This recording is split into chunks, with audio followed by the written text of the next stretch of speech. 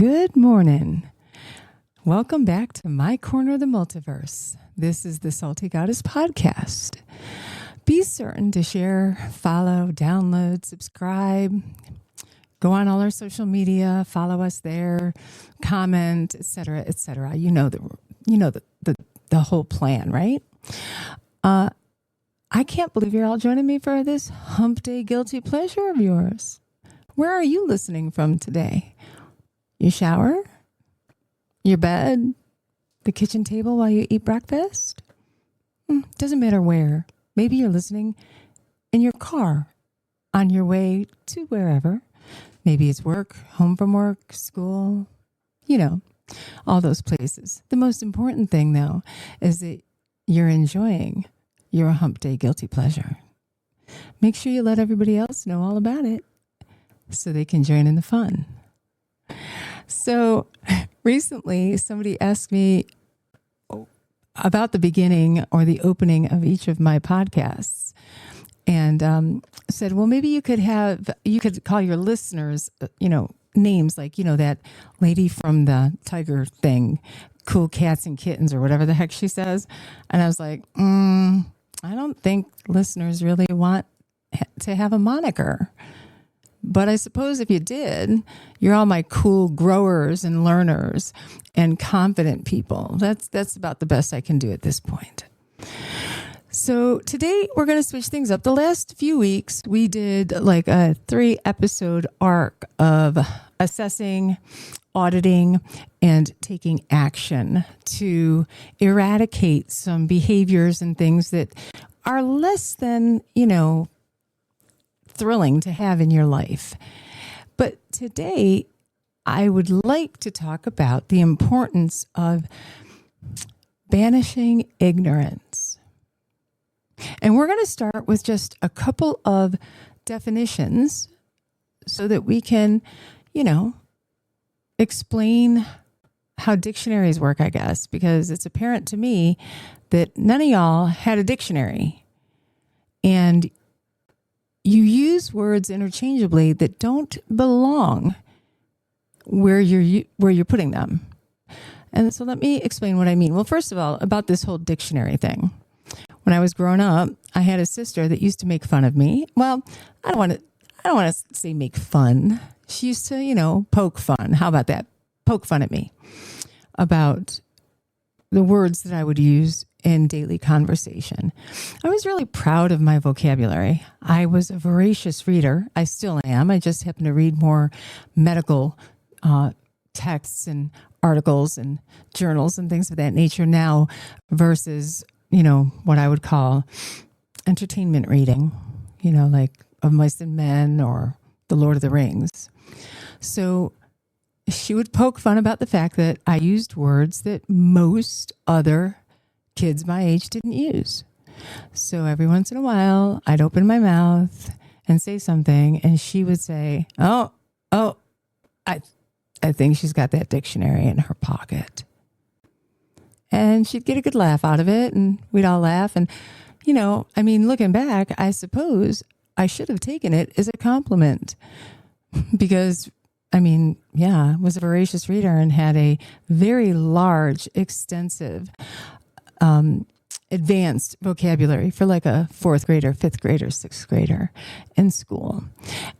And I did often not read the dictionary the way you would read a novel, but I did use an Oxford English dictionary frequently to make sure that I understood the meaning of a word and how it is used and how the different tenses or the different parts of that word, whether it's a noun, if it's being used as a noun, an adjective, or a verb, how it may change the definition or the context of what you're doing with it. That is lost on so many people today. Or they use words interchangeably that don't belong there. Or, bear with me, friends, they get triggered by a word because of a connotation that is assigned to a word. So we're going to talk about definitions and uses of words related to how we interact with others today. There's just a few of them. It's not a lot. I don't want to trigger anybody or traumatize anyone back to 9th year English in high school, okay? That's not what the goal is here today. So don't get your panties in a wad or anything, okay? Just hear me out. For communication, which is a leadership skill, which is a team skill, you must understand the definitions of the words that you're using and not code jumble them, mumble them, put them together and make them out to be something that they're not. Language is extremely important. And incorrectly using a word can have some deleterious effects on how others accept your message. And I feel it is even more important today for leadership and for teamwork and for really good communication that we understand. We're not sitting in front of people often. We're getting an email, we're getting a text message, sometimes we're getting a phone call. You don't see body language. Body language is 80% of the conversation. It's 80% of the message. Now, often intonation and, volume and emotion can reveal what a person is trying to express to you. But that's also sometimes that's inaccurate. And we understand today that each of us has a different way of perceiving. It is an external stimulus, listening to someone talk or reading someone's text message or email. A lot is lost in that translation. So, more than ever, you have to banish ignorance around the words that you use them correctly, and understand their impact. Because again, as I have said in the past, your intention doesn't mean shit. It doesn't mean squat. Okay? About the impact. It doesn't matter whether you intended to offend someone, trigger them, upset them, make them angry. It doesn't matter. If you did, you still did it. Those are the consequences. That's the impact. You have to own that impact and that accountability. So today we're going to talk about a set of a couple of words. We're going to start off with the word stereotype.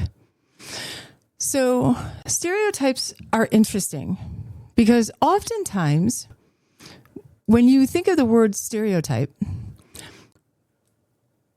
they're kind of funny sometimes, all right? But a stereotype, according to the Oxford English Dictionary, is a widely held but fixed and oversimplified image or idea of a particular type of person or thing. Now, I was raised Catholic, I'm Irish, and I'm Portuguese. So I have a couple stereotypes there that people would think about. Irish, I must drink a lot, which I don't, but I can if I want. I just don't. And Catholic and Irish together has other stereotypical things. And since I'm a woman, you'll probably wonder how many children I have. I have 6. I kind of fit the stereotype, don't I? Kinda. I have 6 children. Most of my siblings, well, actually, all of my siblings had 2 or less. And I'm one of 10. My mom is Irish and Catholic. Shocker. Stereotypical, right? So it's widely held, oversimplified image. Are all Irish Catholics running around having 6, 10, 12, 14 children? No. My 9 siblings did not do that. Okay? I'll add another little piece of the story. My mom's sister had 9. We're really fulfilling that stereotype, aren't we? Now, some stereotypes are rude. a lot of stereotypes are not accurate across the entire group of people. So stereotypes, it's kind of rude, right? I remember telling people that I had 6 children, and the first thing out of most people's mouths to me, this was when I was younger. What are you, Irish? You Catholic? Did you not have a television? Yeah, bitch, I had a TV, but I also had a remote control, okay? I had a remote. Whatever. So sometimes it can be irritating to hear those stereotypes, or when someone uses a stereotype because they're trying to insult you, or to act as though they're above you because they're not part of that stereotypical group. So that is the definition of the noun stereotype. All right. Stereotypes are generalizations that are often not true in reality, and they can lead to misunderstanding the person around you. All right, the person that you're communicating with. All right, just like we know that we hear all kinds of stories, right, about what nurses are like, what EMTs and paramedics are like, what cops are like, so on and so forth. All right, so just know that's stereotypical. They are generalizations that often are not true in reality, and especially not true for the entire group of people. All right, so we shouldn't listen to stereotypical things or expect that this person's going to be a part of that stereotype. And it's important to understand why it can be rude and disrespectful or, offensive to call somebody out and act as though they're part of this stereotypical group of people. Okay? All right. Now, the next word we should talk about, okay, is the word bias. What is bias?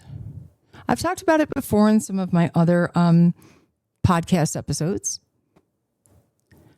Every single person has biases. We come by them honestly and naturally, just based on the way that we're raised, what things we're raised around, all of the, bias is just a preference, okay? I prefer Canada Dry Ginger Ale. I do not like the flavor of any other ginger ale, okay? Probably because Canada Dry Ginger Ale was what was in my home when I was growing up, and I became accustomed to that flavor. So everything else just tastes kind of ick, and I don't like it. So I have a bias. I will ask you, how many of y'all, anybody, what do you drive? You most likely drive what your parents drove, or a close approximation, because we learn those biases based on what we see and we experience when we grow up. I prefer Chevrolet. And I will tell you right here and right now, I have 1,000 jokes about Ford drivers. And I do not hesitate to talk about them. Just listen through some of my podcasts and I will tell you. I had a couple of visitors at my clinic this past week. Well, last week. And when they pulled up, I saw them on the camera because, I was waiting for packages to get delivered. And I wanted to get them out of the driveway before they sat in the sun for too long. And when I went to answer the door to the clinic, the gentleman introduced himself. And I said, well, how may I be of assistance? Do you need a tow truck? A jump start? And he got this befuddled look upon his face. He goes, excuse me? I said, well, I noticed that you were driving Fords. I'm assuming they broke down. You need some assistance? This man did not think that was funny. But I was tickled. And I laughed. I have Ford jokes for days. I got stuff to say about it. Do I really care that people drive Fords? No. And I don't. Okay, nobody really hates somebody because of the car they drive. Okay, so it's a bias. And it's important to acknowledge that you have bias because we all do. And it's natural and it's normal. It is normal to have a bias. What is a bias? A disproportionate weight in favor of or against an idea or a thing that is often leaving you looking like a closed-minded individual and unfair. That's a bias. Okay? Simple. It's simple. The important thing is that you have to recognize you have those biases. I've talked about the biases I've had. I was purchasing a vehicle. I wanted a Suburban, again, 6 children. And this was in the heyday of minivans. Now listen, those of you that know, my first 3 kids were boys. And when I was getting ready to purchase this minivan, or, a vehicle, I should say, I realized I'm going to need 6 car seats. That's a lot of weight. Plus the weight of the children. And most minivans, when they first came out, they only had 4-cylinder engines. That's not enough power for all that weight. It's not. So I knew I was going to need a Suburban. So I went looking for a 9-passenger Suburban. And every time I was going through the lot, I was like, I don't want that one. I don't want that one. Don't want that one either. Why? Why didn't I want that? Because I didn't want the double door in the back. But I didn't know why I didn't want it. I just was like, no, it's not attractive to me. So I got one with a lift gate, which was a mistake, to be totally frank, as I was 9 months pregnant with baby number 6. And it was very difficult to get things in and out across that lift gate. If I'd had the doors, I would have been able to get right up to the back end where the cargo spot is, right? And then one day I'm driving down Main Street, and this is in the city of Rochester when I was still in New York. And I stopped at a stoplight, and in front of me was a coroner's unit. And it's a Suburban with a set of double doors. So without even realizing it, I had picked up a bias just from seeing the coroner's unit as an EMT. And it impacted the vehicle I purchased.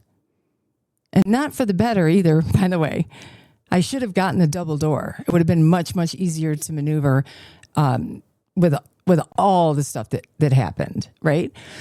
So understand that we can pick up a bias and not even understand why we prefer something or don't prefer something. I want you to keep that in the back of your mind. It's extremely important as we move forward. You need to think about why you prefer the things you prefer. Is it because it's what you really like, or was it given to you, or is it a traumatic response, or there's many, many reasons why. Your biases do affect your decisions, even if you don't realize you have the bias, and even if you don't realize where it came from. So I want you to recognize that in your brain. You got to recognize that. Self-reflect and realize bias is real.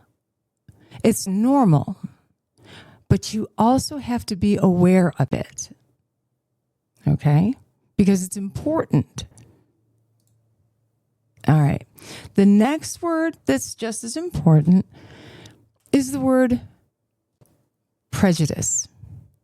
The Oxford English Dictionary defines prejudice as an unreasonable dislike.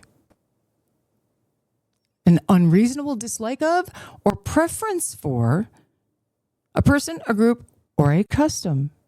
So in other words, unreasonable, meaning maybe you believe those stereotypes.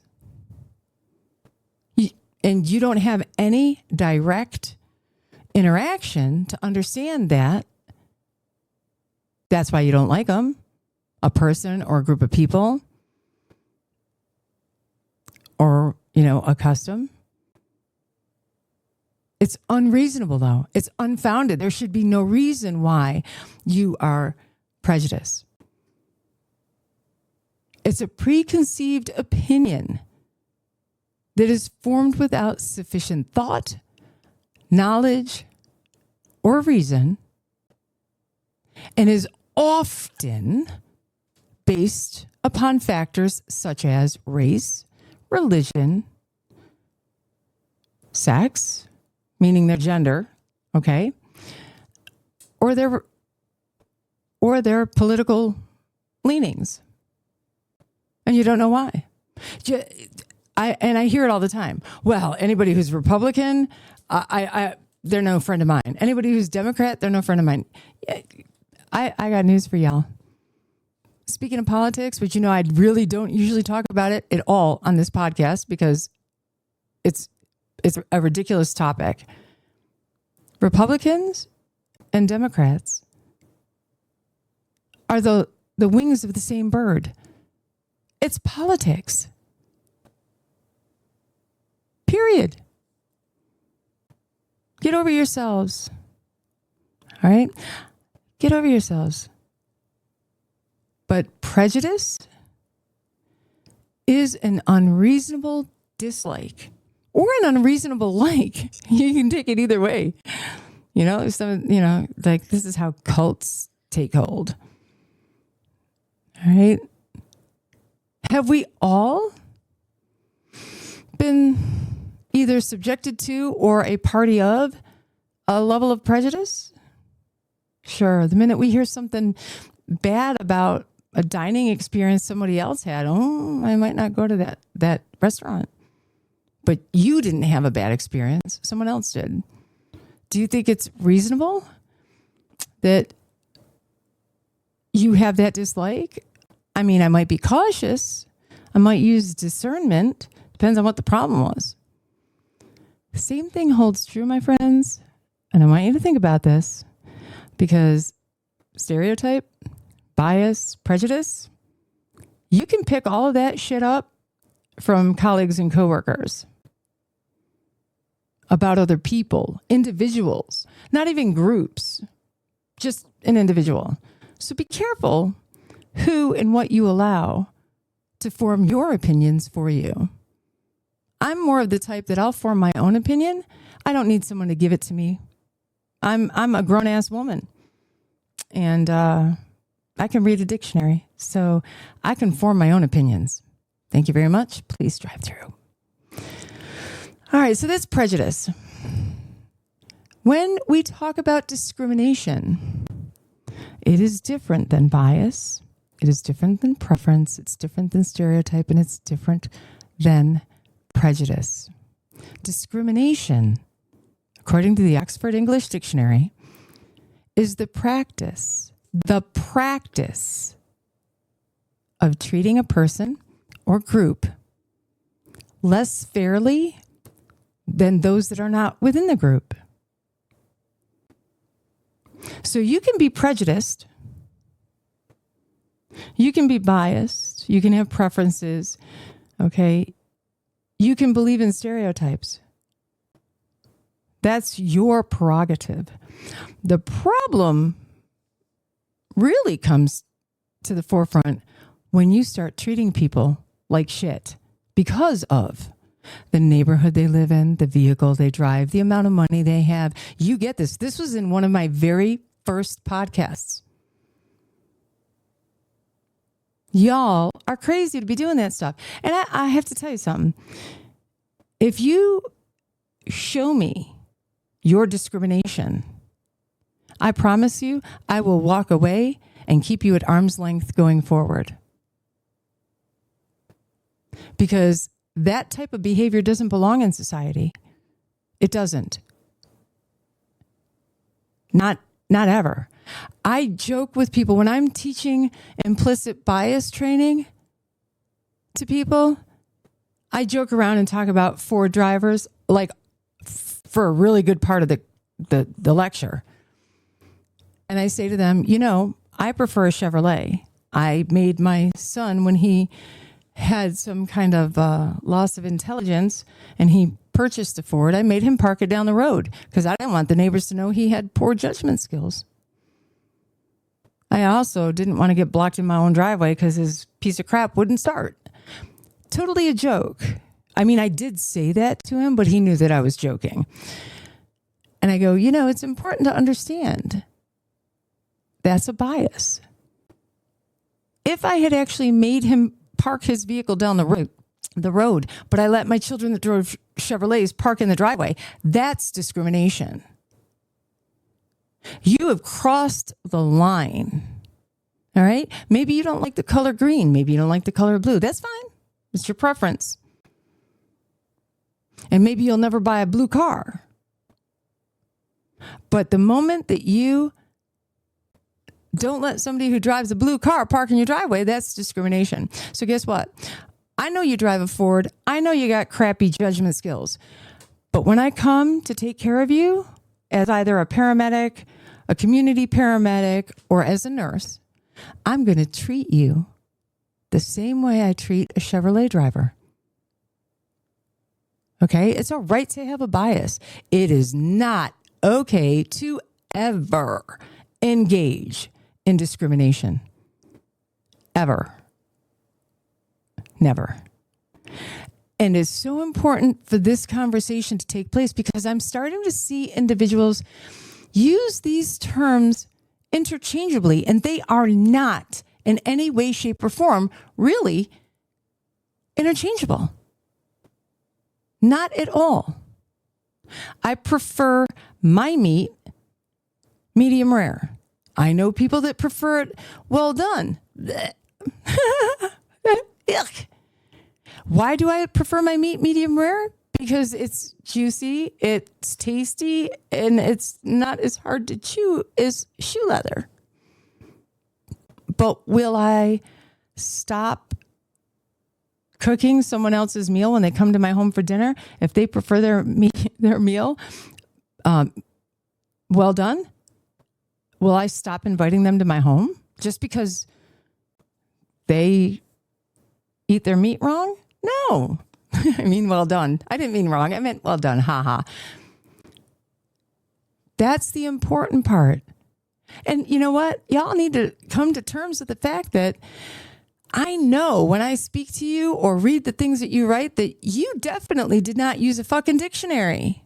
And nobody had you read it. Nobody had you look up words. And you obviously didn't read like novels and shit because you really do not understand the nuances of the English language and how, and the true definitions of words